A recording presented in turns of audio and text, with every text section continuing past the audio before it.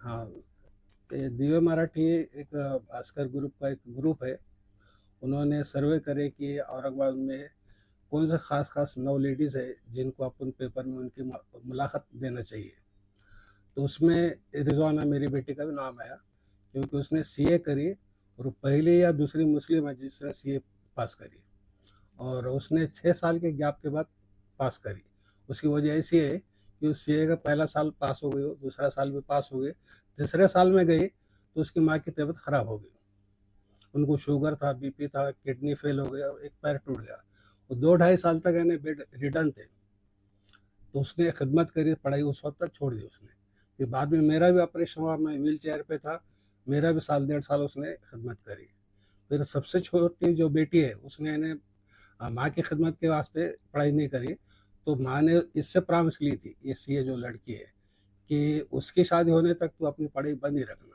यानी कम से कम 6 साल का गैप उसने रखी और 6 साल के बाद ये सब वो सीए का फाइनल जो है, हाँ, हाँ।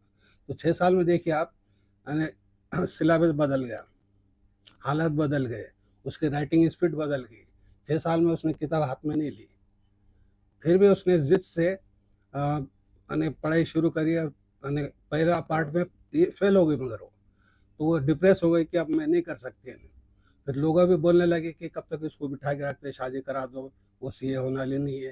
ये सब डिप्रेशन हो गई वो। तो मैंने उसको हिम्मत दिलाया, बोला नहीं तू काबिल है।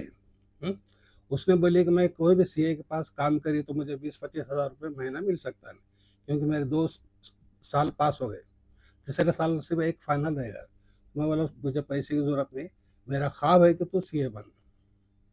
तो उसने तो हाँ, उसने यानी वो खुद को, हाँ, उसको खुद को ये भरोसा नहीं था कि अपन कर सकते हैं। लेकिन मैंने उसको हिम्मत दिलाया, मतलब तू कर सकती है, तू काबिल है और मेरा सपोर्ट है। जब तक मैं ज़िंदा है, तो किसी बात की फ़िक्र नहीं करना।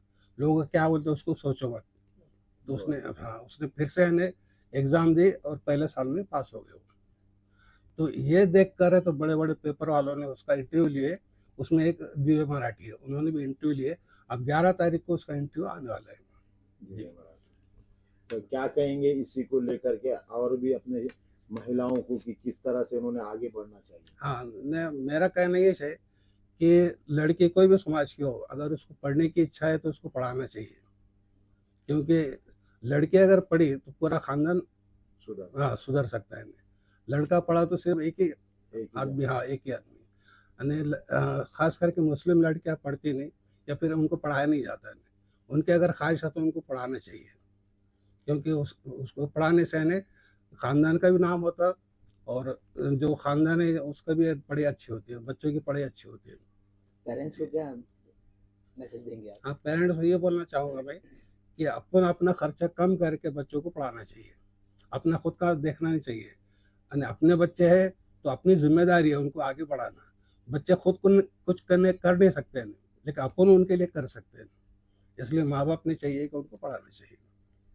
उनका मेन रोल है इसमें। जी, जी।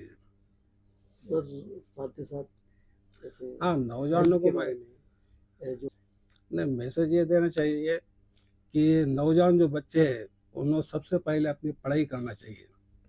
पढ़ाई करने के बाद करियर देखना चाहिए, फिर बाद में शादी करना चाहिए। आजकल के नौजवान बच्चे क्या है, नशे में मुक्त हो गए हो। नशा और मोबाइल, ये 2 चीज़ ऐसी है कि नौजवानों को ख़राब कर रही है। मोबाइल आप देखिए, मोबाइल में दोनों है, अच्छाई भी है, बुराई भी है।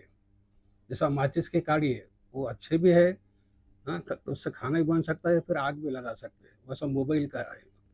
दूसरी बात ये है कि अभी जो उम्र है अपनी नौजवानों की, ये उम्र यानी कुछ सीखने की है, ज़िंदगी बर्बाद करने के लिए नहीं है। ज़िंदगी में अपन अल्लाह ताला ने अपनी ज़िंदगी दी है तो उसका कुछ सही यूज़ करना चाहिए। सही यूज़ ये है कि माँ-बाप की खिदमत करो, पढ़ाई करो, अपना करियर बनाओ।